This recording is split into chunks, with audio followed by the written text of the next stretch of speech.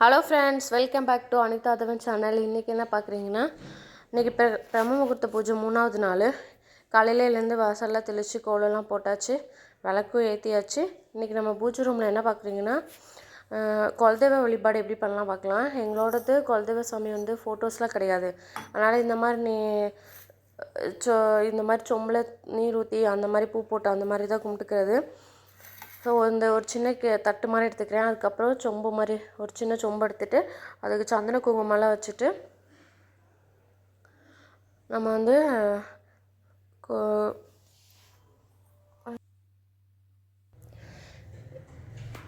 அப்புறம் நம்ம எந்த தெய்வத்தை கும்பிட்றோமோ இல்லையோ குலதெய்வத்தை கும்பிட்ணுன்னு சொல்லுவாங்க. ஸோ அடிக்கடி போயிட்டு வாங்க குலதெய்வ கோயிலுக்கு.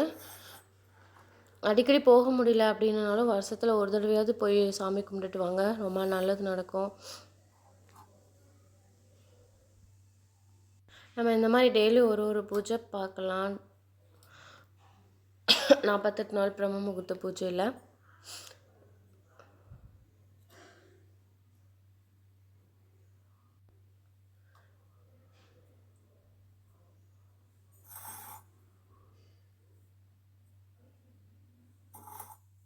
அப்புறம் எல்லோரும் சப்ஸ்கிரைப் பண்ணிவிட்டு பாருங்கள்.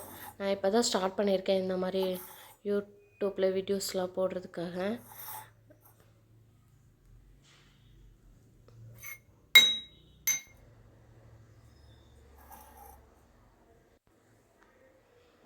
இப்போ வந்து நம்ம தட்டில் வந்து பச்சரிசி வச்சுக்கலாம்.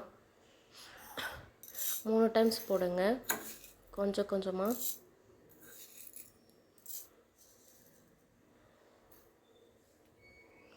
போட்டு அதுக்கப்புறம் நல்லா நீர் எடுத்துக்கோங்க. தண்ணி வந்து அந்த சொம்பை முழுகிற அளவுக்கு ஊற்றிக்கோங்க.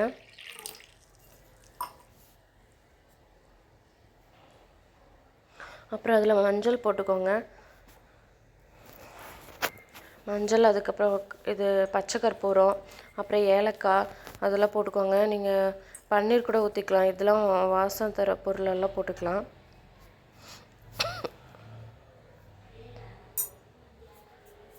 குலதெய்வ சாமியை நல்லா மனசில் நினச்சிட்டு இதெல்லாம் பண்ணுங்கள்.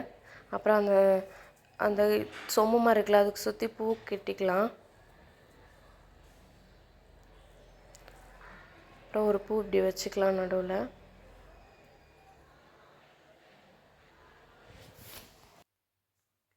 அப்புறம் நம்ம குலதெய்வத்தை நல்லா மனசில் நினச்சி நல்லா வேண்டிக்கோங்க. அப்புறம் அதுக்கு பத்தி சூட தீப ஆராதனையெல்லாம் காமிச்சு நல்லபடியாக சாமி கும்பிட்டுக்கோங்க.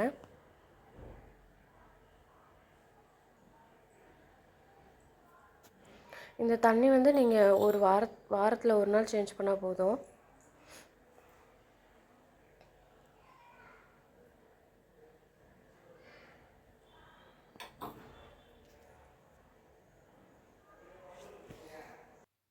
ஓகே ஃப்ரெண்ட்ஸ், எல்லோரும் சப்ஸ்கிரைப் பண்ணிட்டு பாருங்கள். நாளைக்குள்ளே பூஜை பார்க்கலாம். தேங்க்யூ.